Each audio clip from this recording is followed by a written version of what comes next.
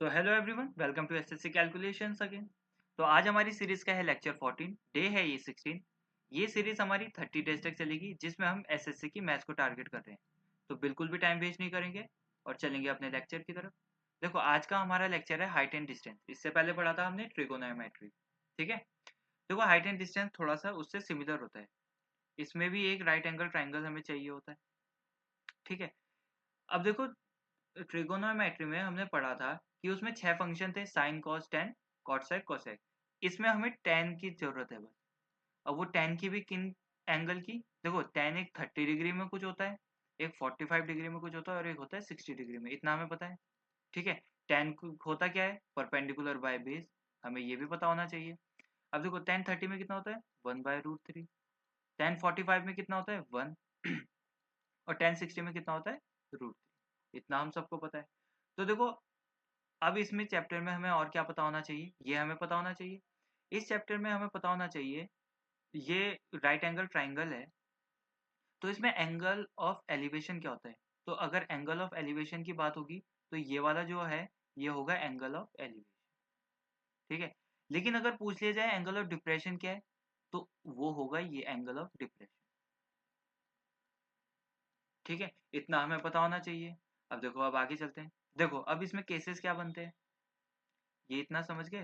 देखो, एक right angle triangle है, अगर उन्होंने बोला है तो ये ऑटोमेटिकली 90 होगा।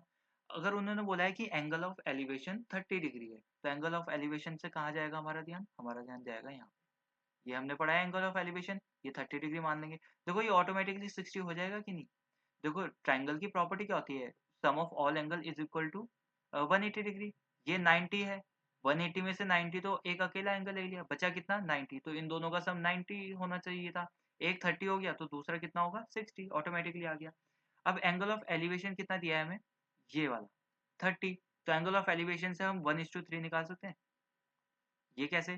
देखो, तो टेन क्या होता है? टेन 30 क्या होता है? 1/3। तो ये क्या होता है? परपेंडिकुलर। ये क्या होगा? बेस। तो परपेंडिकुलर की जगह हमने 1 लिख दिया, इसकी जगह बेस लिख दिया, ये आ जाएगा 2। पाइथागोरस थ्योरम से 1 स्क्वायर प्लस √3 का स्क्वायर 4 होता है, उसका रूट करेंगे तो 2 आ जाएगा। ये हाइपोटेन्यूज आ जाएगा पाइथागोरस थ्योरम से। अब दूसरा केस देखेंगे। अगर बोला जाए एंगल ऑफ एलिवेशन क्या है, एंगल ऑफ एलिवेशन अगर बोला जाए 60 डिग्री है, ये तो 90 ही रहेगा, ये ऑटोमेटिकली 30 आ जाएगा। तो अगर 60 बोला जाएगा तो टेन 60 कितना होता है? √3। अगर बाय 1 भी लिख दो कोई फर्क नहीं पड़ेगा, तो ये परपेंडिकुलर हो जाएगा, ये हो जाएगा बेस। परपेंडिकुलर √3 बाय 1, ऐसे हो जाएगा। ये भी इस केस में 2 आ जाएगा, वैसे सेम पाइथागोरस थ्योरम से। अब तीसरा केस क्या होगा? तीसरा केस होगा कि ये तो 90 ही होगा, 45 डिग्री एंगल ऑफ एलिवेशन दे दिया जाए 45 डिग्री, तो ये क्या हो जाएगा? ये भी 45 हो जाएगा, इक्वली हो जाएंगे। तो इस केस में 1 था, डिवाइडेड बाय 1 करेंगे तो ये परपेंडिकुलर, ये बेस। परपेंडिकुलर और बेस सेम आ जाएगी, 1 1 आ जाएगा। और इस केस में ये क्या आ जाएगा? ये आ जाएगा √2। कैसे? 1 स्क्वायर प्लस 1 स्क्वायर कितना होता है? 1 का स्क्वायर 1 होता है, 1 का स्क्वायर 1 होता है। 1 और 1 कितना हो जाएगा? 2। और रूट कर देंगे तो ये आ जाएगा। ठीक है। ये 3 केस हमें पता लगे। चलो, अब अप्लाई करना सीखेंगे ना, कैसे करना है। देखो, ये जो रेशियो निकाला है ना, ये इनका डिस्टेंस शो कर रहे हैं कि इस रेशियो के हिसाब से है इनका डिस्टेंस। ठीक है। अब आगे चलते हैं, इनको अप्लाई कैसे करेंगे, अब सीखेंगे हम क्वेश्चन से। तो देखो, पहला क्वेश्चन क्या कह रहा है? The length of the shadow of the vertical pole is 9 metre, vertical pole 9 metre high. ठीक है। देखो, वो बोल रहा है कि एक कोई एंगल है, वो सॉरी एक पोल है, उसकी शेडो है। मान लो उसकी शेडो यहाँ पे गिर रही होगी, ये अगर सूर्य देवता है हमारे, ठीक है, तो उसकी शेडो यहाँ पे गिर रही होगी। तो उन्होंने बोला है length of the shadow of a vertical pole 9 metre high. तो 9 मीटर हाई है वो पोल, इतना हमें दिया हुआ है। तो उसकी शेडो बतानी है। शेडो यहाँ नीचे गिर रही होगी, जमीन पे तो गिरती है, तो इसकी वो फाइंड करनी है कि ये बताओ। अब उन्होंने बोला है कि when the sun altitude is 30 degree. देखो, इन्होंने ना क्वेश्चन को थोड़ा दूसरे टाइप से लिखा हुआ है, लेकिन ये एंगल ऑफ एलिवेशन 30 डिग्री बोलना चाह रहा है कि एल्टीट्यूड कितना है? 30 डिग्री। इतना आप समझ गए, तो ये ऑटोमेटिकली हो जाएगा 60 डिग्री। अगर इसको हटा दिया जाए तो देखो, 30 का क्या हमने पढ़ा था? टेन 30 डिग्री कितना होता है? टेन 30 डिग्री होता है 1/√3। तो परपेंडिकुलर के क्या होगा? 1। और ये कितना होगा? बेस √3। इतना आप समझ गए। अब हमें क्या दिया गया है? हमने तो ये रेशो में लिखा है, लेकिन हमें एक्चुअल हाइट भी दी गई है, तो 1 की वैल्यू, इसका मतलब 1 जो हमारा रेशियो था उसकी वैल्यू है 9, तो हम √3 की निकाल सकते हैं। हमें शैडो की लेंथ पूछी है ना, लेंथ ऑफ शैडो, तो √3 है उसकी वैल्यू, तो 1 की इतनी है, तो मल्टीप्लाई किया √3 से, इधर भी मल्टीप्लाई कर देंगे √3 से, तो क्या आ जाएगा 9√3। आशा करता हूँ आप समझ गए होंगे। अब चलते हैं अपने नेक्स्ट क्वेश्चन में और बनाते हैं इस चैप्टर में और अच्छी कमाई।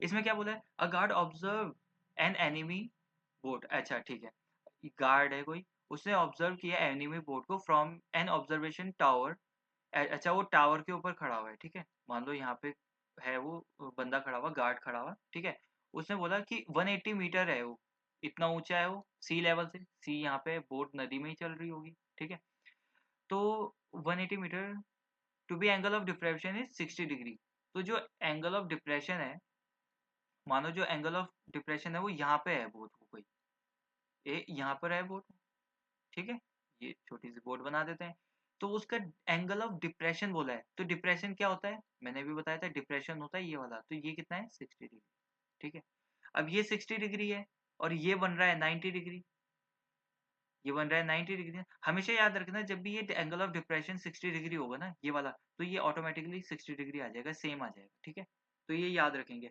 वो क्यों, क्योंकि देखो ये जब ये तो 90 डिग्री बन रहा है ना, यहाँ से यहाँ पे ये 90 डिग्री बन रहा है ना, तो ये 90 डिग्री बन रहा है, तो 90 में से 60 जाएगा तो ये 30 आएगा, अब ये तो 90 ही है ऑलरेडी, तो इन दोनों का सम 90 होगा, तो ये 30 है तो ये 60 आ जाएगा, तो जब भी एंगल ऑफ डिप्रेशन ऐसे 60 दिया हुआ होगा तो ये ऑटोमेटिकली लिख देंगे हम ये 60 है, ठीक है।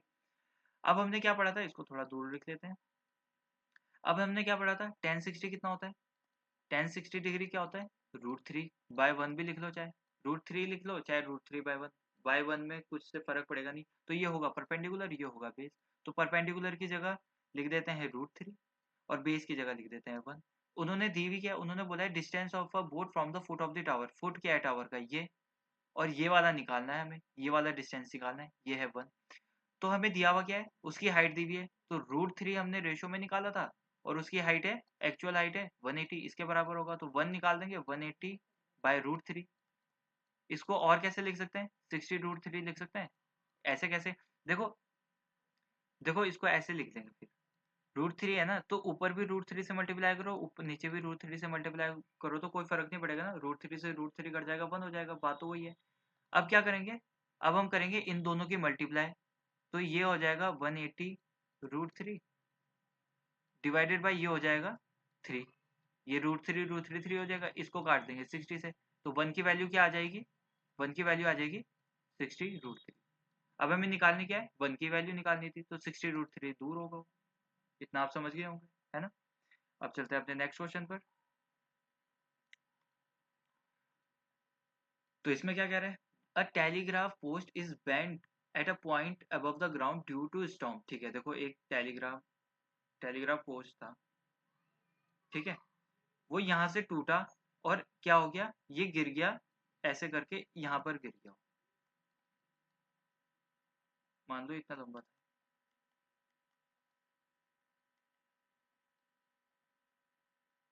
ठीक है, ये था, ये टूट के ये यहाँ पर गिर गया और ये बन गया अब उसका, ऐसे झुक गया वो, ठीक है, तो अब हम उन्होंने क्या बोला है कि its top just meet the ground at a distance of 8√3 from its foot, इसका फुट क्या था, यहाँ था, और कितनी दूर जाके गिरा, उसका टॉप कहाँ पे पड़ा, ऐसे चिपका हुआ है वो अभी भी यहाँ से, आधा ही टूटा वो, आधा थोड़ा सा यहाँ पे अटक गया, तो इसका डिस्टेंस कितना बोला, 8√3 मीटर, ठीक है, from its foot, and makes an angle 30 degree, उसने कितना एंगल का बनाया 30 डिग्री, अब 1030 क्या होता है, दोबारा से लिखेंगे हम, देखो 1030 होता है 1/√3, इसका मतलब ये परपेंडिकुलर हो जाएगा, ये बेस हो जाएगा, परपेंडिकुलर यहाँ पे लिख देंगे हम, ये 1 हो जाएगा, ये कितना हो जाएगा √3, तो √3 की वैल्यू 8√3 दी भी है, 1 की वैल्यू आ जाएगी, √3 से √3 काट देंगे तो 8 आ जाएगी, 1 की वैल्यू निकालनी, 1 की वैल्यू नहीं निकालनी थी हमें, हमें निकालनी किसकी है, हमें निकालनी है हाइट ऑफ द पोस्ट, इसकी हाइट तो ए यहाँ से यहाँ तक है ना, तो आधा तो ये है 1, मान लो 1, और ये भी तो गिरा हुआ है, तो इसकी लंबाई कितनी होगी, देखो ये ना राइट एंगल ट्राइंगल बन रहा है ना, तो हम पाइथागोरस से इसकी निकालेंगे, तो हमने क्या निकाली थी, देखो जब हमने यहाँ पढ़ा था कि 1 होगा और √3 होगा, तो ये इसकी वैल्यू कितनी होगी 2, है ना, इतना आप समझ गए होंगे। इसकी वैल्यू है 2, तो हम लिख देंगे इसकी वैल्यू कितनी थी 2, पाइथागोरस थ्योरम से निकाली भी है। तो 2 की वैल्यू निकालो, 2 की वैल्यू कितनी आ जाएगी, ये 8 है तो ये कितनी आ जाएगी 8 टू जा 16, 8 टू जा 16, ठीक है। हाँ, तो अब पोल की हाइट कितनी आ जाएगी, आप बोलो कि पोल की हाइट कैसे निकालेंगे। पोल की हाइट निकालेंगे कि ये 1, ये 2 है, ये मतलब जो यहाँ से यहाँ तक गिरा है इसकी हाइट ये भी थी पोल की, ये भी थी, तो 2 और 1 मिला के ही तो आया हाइट, ये भी हाइट है ये भी हाइट है उसकी। तो 3 की वैल्यू, तो ये वाली वैल्यू भी जुड़ेगी, तो 3 की वैल्यू कितनी आ जाएगी 24। कैसे, 8 की भी जोड़ दी हमने, 16 की भी जोड़ दी, कुछ हाइट ये थी कुछ हाइट ये थी, तो टोटल हाइट है उसकी 24। सॉरी, यहाँ पे लिख दो ये 24 है उसकी टोटल हाइट, ठीक है। इतना आप समझ गए होंगे। अब चलते हैं अपने नेक्स्ट क्वेश्चन पर। इस क्वेश्चन में क्या कह रहा है, इस क्वेश्चन में कह रहा है the top of two poles of height 24 metre 36 metre are connected by the wire, ठीक है। देखो टॉप ऑफ टू पोल, देखो एक पोल है मान लो ये, एक पोल है मान लो ये, उनके टॉप है, इसका टॉप और इसका टॉप एक वायर से जोड़ दिया गया है, ठीक है। कनेक्टेड विद वायर, ठीक है। ये कितने का है 24 का, और ये कितने का है 36 का, 36। तो इससे हम क्या समझ सकते हैं, ये अगर 24 का है 36 का है, तो देखो दोनों पोल सीधे सीधे ही तो होंगे, मुड़े तुड़े तो होंगे नहीं, और एक ही जमीन से होंगे, एक ही जमीन है। तो अगर इधर देखें तो इतना तो 24 ही होना चाहिए था, और इतना होना चाहिए था 12 बचा कुचा, तो ये टोटल मिला के 36 का हो रहा ना। इतना आप समझ गए। देखो इसकी हाइट जितना तो 24 ही गया होगा, उससे थोड़ा और बढ़ा है तो 12 और बढ़ा है उससे, इतना समझ गए।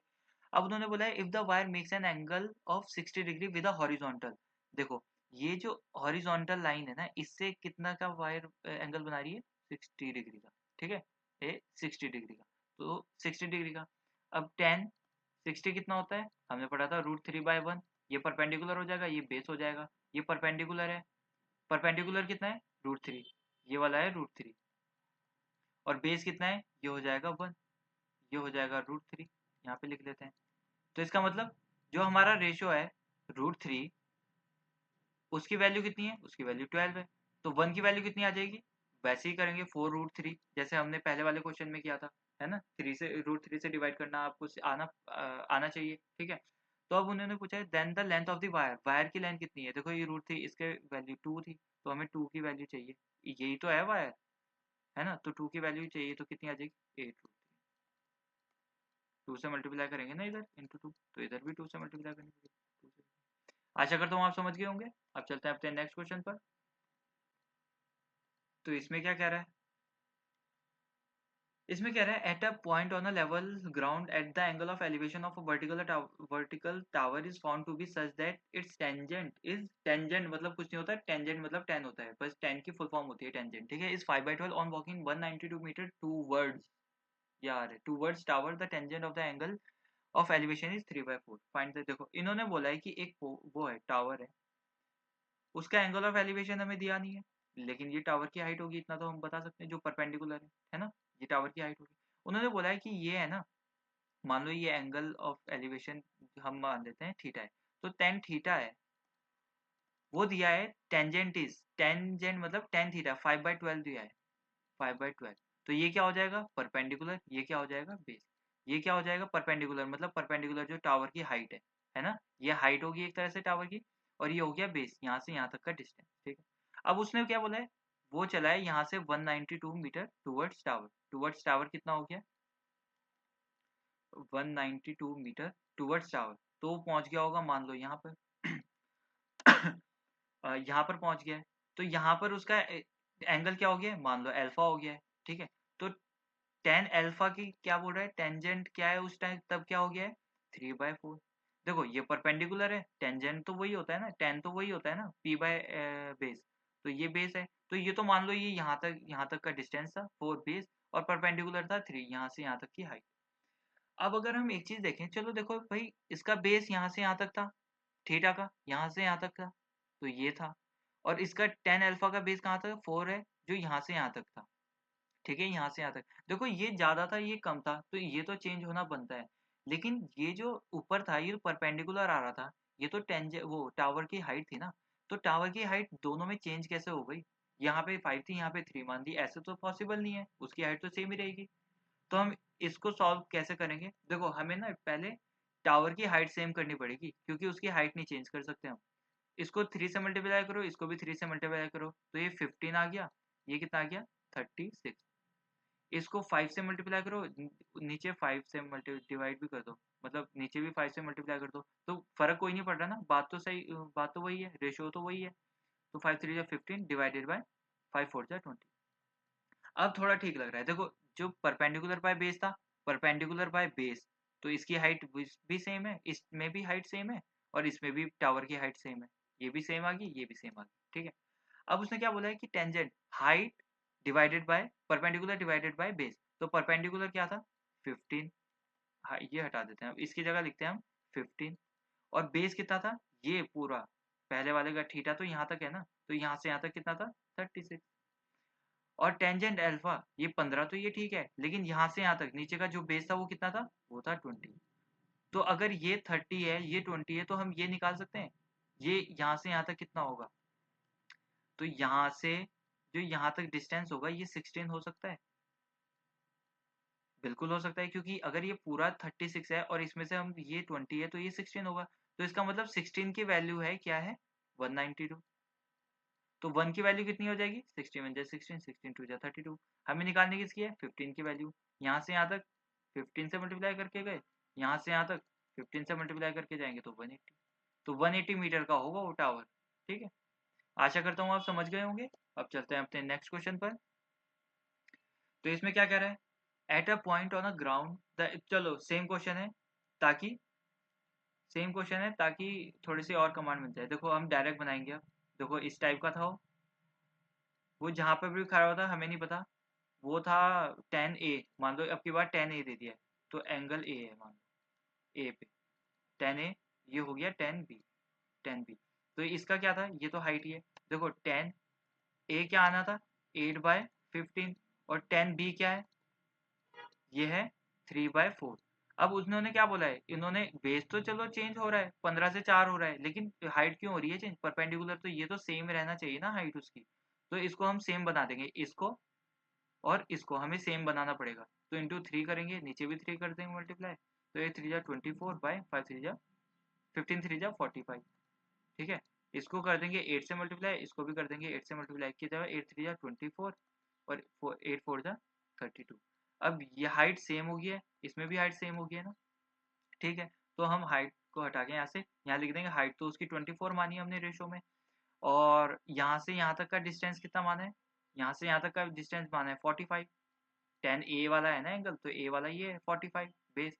अब इसका बेस क्या है, इस वाले 10 का क्या है, ये जो बेस इस बी है, इसका बेस कितना है 32, यहाँ से यहाँ तक 32 है, ए यहाँ से यहाँ तक, तो यहाँ से यहाँ तक कितना हो जाएगा, यहाँ से यहाँ तक 13 हो जाएगा, यहाँ से। तो 13 की वैल्यू कितनी दी है, कितनी तरफ चला है, ये 117 दी है, 117 दी है, तो 1 की वैल्यू कितनी हो जाएगी 13, 9 जा 117 होती है, निकालने किसकी है 24 की, तो इधर इंटू 24 करके आए, इधर भी इंटू 24 करके आए, 24 9 जा 216, 216 होगी उसकी वैल्यू, ठीक है।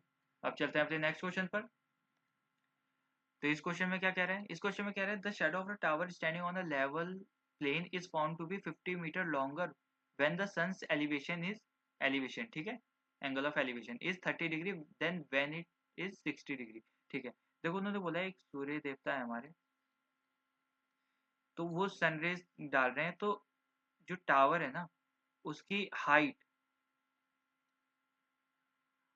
अगर सूर्यदेव थोड़े चेंज भी तो होते रहते हैं, तो पहले तो वो बना रहे थे 30 डिग्री का, लेकिन अब बना रहे हो 60 डिग्री का, या कुछ भी कर लो, पहले बना रहे थे 60 का, अब 30 बना रहे थे, तो वो बोल रहे हैं जो 30 डिग्री का एंगल है ना वो 50 मीटर दूर ज्यादा लंबा है, तो यहाँ से यहाँ तक 50 मीटर ज्यादा लंबा है ना, यहाँ से यहाँ तक तो सेम है, लेकिन जो आगे है वो 50 मीटर एक्स्ट्रा है 30 वाले एंगल का, ठीक है। तो हम इसको सॉल्व कैसे करेंगे, देखो हम इसको सॉल्व ऐसे करेंगे, इसको हटा देते हैं अभी। देखो पहले हम ना इस वाले ट्राइंगल को देखेंगे, जो ये वाला है, देखो जो ये वाला ट्राइंगल है ना, इस वाले ट्राइंगल को देखेंगे बस, ठीक, क्योंकि दो ट्राइंगल एक साथ हैं इसमें। देखो ये 60 डिग्री है, तो एंगल ऑफ एलिवेशन से हमने क्या पढ़ा था, ये हो जाएगा √3, ये हो जाएगा बेस, लेकिन अब तो यहाँ 30 भी आ गया है, अब दूसरा भी है, तो इसको भी सॉल्व करना पड़ेगा। देखो 30 की, अगर इस वाले एंगल को देखें, अगर हम अब हम देखेंगे इस वाले एंगल को, ये वाला, इस वाले एंगल को देखेंगे अब। देखो ये 30 है, तो इसके सामने क्या पड़ा था, इसके सामने तो हमें रखना था 1, और इसके अगेंस्ट में क्या देखना था, इधर रखना था √3। लेकिन अब 1 की जगह तो √3 है, तो इसका मतलब 1 की वैल्यू √3 है, क्योंकि हम दो दो वैल्यू तो नहीं रख पाएंगे ना, रखनी तो एक ही वैल्यू है। तो हम पहले वाले ट्रायंगल के हिसाब से उसकी वैल्यू सेट कर देंगे। तो 1 की वैल्यू अगर √3 है, तो √3 की वैल्यू कितनी हो जाएगी, 1 की वैल्यू √3 है, तो √3 की कितनी हो जाएगी, इंटू √3 किया हमने, इधर भी इंटू √3 कर देंगे, तो ये कितनी आ जाएगी, ये 3 आ जाएगी, √3 के थ्रू से मल्टीप्लाई करें तो इसकी वैल्यू आ जाएगी टोटल, इसको हटा के इसकी वैल्यू आ जाएगी 3, ये भी हटा देंगे, इसकी वैल्यू आ जाएगी 3, वहाँ √3 रहेगा, यहाँ पर आ जाएगी, उसके हिसाब से हमने √3 की वैल्यू निकाल दी 3। अगर ये पूरा 3 है, ये 1 है, तो इसकी वैल्यू कितनी आ जाएगी, ये 2 होगा, इसका मतलब ये पूरा 3 था, इतना 1 है, तो ये कितना है 2। ठीक है, अब उन्होंने बोला है कि 50 मीटर लॉन्गर है, तो ये इसकी वैल्यू कितनी है 2, 2 की वैल्यू एक्चुअल वैल्यू कितनी है 50 थी, 1 की वैल्यू क्या आ जाएगी 25। अब निकालने क्या है, find the height of the tower, height कितनी है √3, तो √3 की टावर इंटू √3 कर क्या है, इधर भी इंटू √3 कर देंगे, तो कितना आ जाएगा 25 √3, इतना आपका आंसर आ जाएगा। आशा करता हूँ आप समझ गए होंगे। अब चलते हैं इस क्वेश्चन में।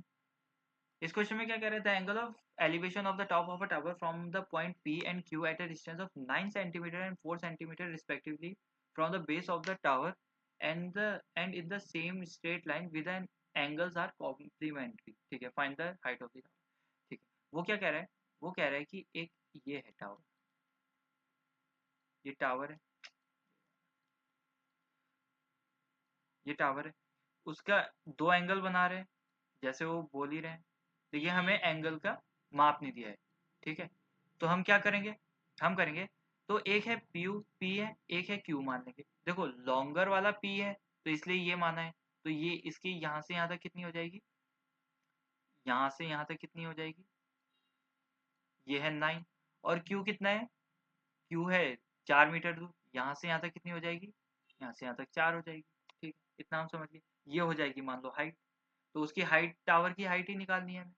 तो देखो हम यहाँ से कैसे करेंगे, देखो 10 मान लो ये है थीटा, और ये है 90 माइनस थीटा। 90 माइनस थीटा क्यों, क्योंकि जब भी हमें बोला जाए ना कि कॉम्प्लीमेंट्री है, मान लो, मान लो ये एंगल है अल्फा, पहले यही मान लेते हैं अल्फा, तो देखो ये थीटा है और ये दूसरा एंगल है अल्फा, ये दूसरा बना रहे होंगे। तो जब भी हमें बोला जाए ना, एक एंगल है अल्फा और एक है एक एंगल है थीटा और एक है अल्फा, वो कॉम्प्लीमेंट्री है, तो इसका मतलब उनका सम होगा ना, वो 90 डिग्री होगा। तो हम अल्फा को ऐसे नहीं लिख सकते, 90 थीटा उधर चल जाएगा, तो 90 डिग्री माइनस थीटा, तो इसलिए हमने अल्फा की वैल्यू 90 माइनस थीटा रखी।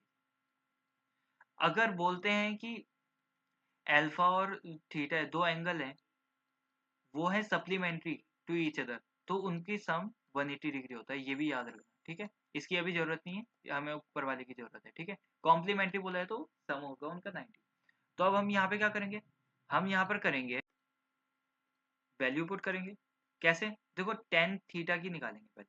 देखो टेन थीटा होता क्या है, टेन क्या होता है, परपेंडिकुलर बाय बेस, परपेंडिकुलर क्या है, हमने एच मानी है, एच, और बेस क्या है, बेस इसका है 9, 9, इतना हो गया, ये 1 लिख देंगे हम।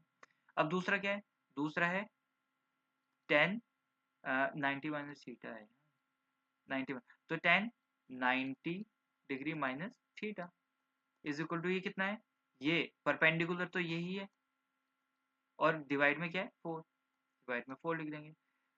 तो हम एक और चीज देखेंगे, टेन 90 माइनस थीटा क्या होता है, हमने पढ़ा है, टेन 90 माइनस थीटा क्या होता है, कॉट थीटा होता है, तो इसको कॉट थीटा भी हम लिख सकते हैं h/4। अब इसको हम और कैसे लिख सकते हैं, देखो कॉट थीटा हमेशा टेन थीटा का उल्टा होता है, तो इसका मतलब हम इसको ऐसे लिख सकते हैं, कॉट थीटा को टेन थीटा कर दिया हमने, और इसको उल्टा कर दिया, 4/h कर दिया। देखो कॉट थीटा अगर टेन थीटा का उल्टा होता है, तो इसका मतलब टेन, इसके हिसाब से, इसके जो लास्ट में लाइन लिखी है हमने, इसके हिसाब से टेन थीटा उल्टा होगा, इसका 4/h लिख दिया, टेन थीटा उल्टा होगा। देखो टेन थीटा की वैल्यू एक यहाँ पर आ रही है, और टेन थीटा की वैल्यू एक यहाँ पर आ रही है, तो इसका मतलब tan थीटा ये भी है, tan थीटा ये भी है, तो हम इनकी जो राइट हैंड साइड में है इनको इक्वल रख सकते हैं। आप बोलोगे बिल्कुल रख सकते हैं, क्यों नहीं रख सकते।